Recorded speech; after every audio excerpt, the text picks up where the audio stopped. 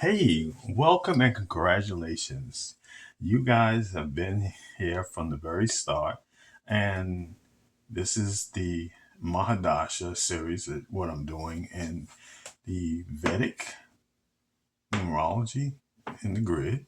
And we're still working with Kiki Wyatt, born March the 10th, 1982. Now, the reason why I did this is because each one, these series, you're going to get to use all three of them. And I wanted to give you analysis or breakdown, if you will, to the Mahadasha, the Antardasha, and the Payanta. I hope I'm pronouncing it right for Dasha. And again, thank you for the new subscribers and the likes. Please, I really, really, really appreciate y'all. Thank you and showing the love. Thank you again. Now, um, the last one here is a little more different than the Mahadasha. See, the Mahadasha goes in from a period of years or year, depending on if it's the sun's 1 year, but it's always coordinated. Excuse me, folks, this hair is coming a little bit apart, but in the meantime, what I'm going to say, these ones determined by the planets go by year cycles. So the Mahadasha is year cycles. Now the anti or the Antar Dasha is always, and if you've been with me with the earlier videos, tells you that these last from year to year or birthday to birthday.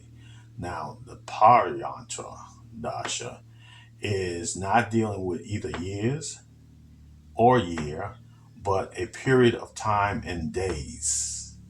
And to go in this, I think that what I'm looking at, that I may have to break this down in another video to give you a certain correlation because it's a little tricky, but keep in mind, if one got any way have not to determine, or if the arithmetic, the math is not really your thing, you want to get right into the nitty gritty, there are apps that will do this for you. But I wanted to give you the hardcore, so at least you'll know if it's working or running properly, the app, so to speak.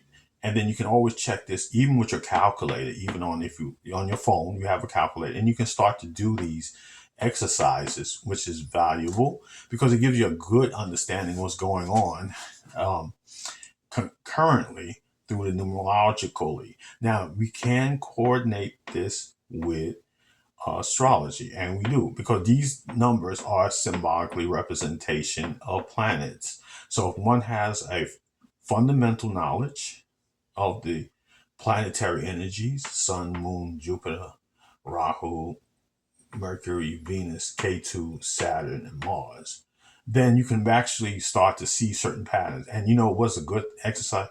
Go back and from earliest you can remember, or at least 20 years back, and you can start to see which cycle you was in and what correlated with that cycle, and you'll get a better, fuller understanding, and also a good back testing, and then you can see what's perceiving on currently on your numerical venture. So we're going to use a primary random example of this chart, and for the how this one starts from your day of birth, starting with the cycle you're born under, and it continues all the way to the last cycle in whatever position you had, following 45 years.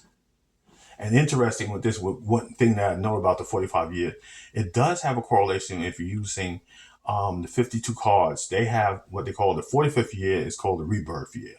So it's uncanny how things, work together in systems, and you'll find your own insights too. And so with that, the how we would go and continue after you start on your birthday, you know what dasha you're in by knowing the period of what year that corresponds to that planetary cycle. The anti-dasha, from that birthday, starting on your latest current birthday, the present, and that's going to give you another value key in state. Because the reason I'm keep focusing on this 8, because when you see this 8 pop up, if you don't have it natally, Well, it is a point where you can have accomplishment, Saturn, and rewarded for it if you do the hard work. All right. Now, being that we got through the Mahadasha, which is the current, well, the planetary cycle is the Antardasha, which is also the current birthday that you're in cycle.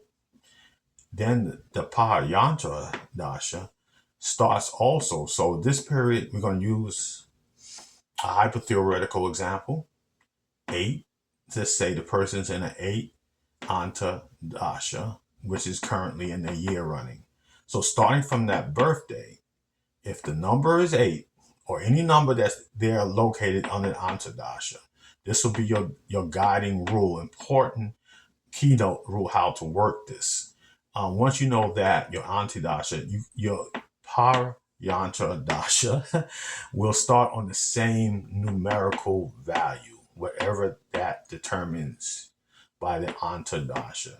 And if it's same for 8, you're going to do that number times itself. So you will do 8 times, well, actually, it will be 8 times. Yeah, it would be kind of like 64, but it can go into 64 days of your first birthday cycle. So your first 64 days will correspond to this. So it'll be an 8 and 8 Antardasha and an 8 Parayantardasha.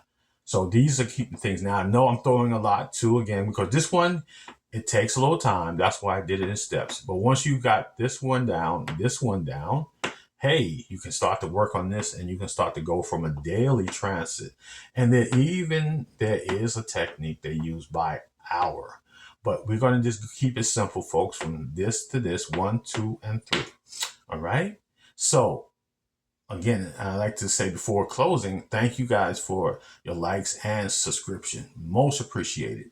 So the next video, which I want to do, I'm going to show an example how we're just going to work all these 3 together so we can get a much more defined icing on the cake. But again, thank you guys for sticking with it and doing your work to do this. I appreciate y'all, and thank you. Much love and peace.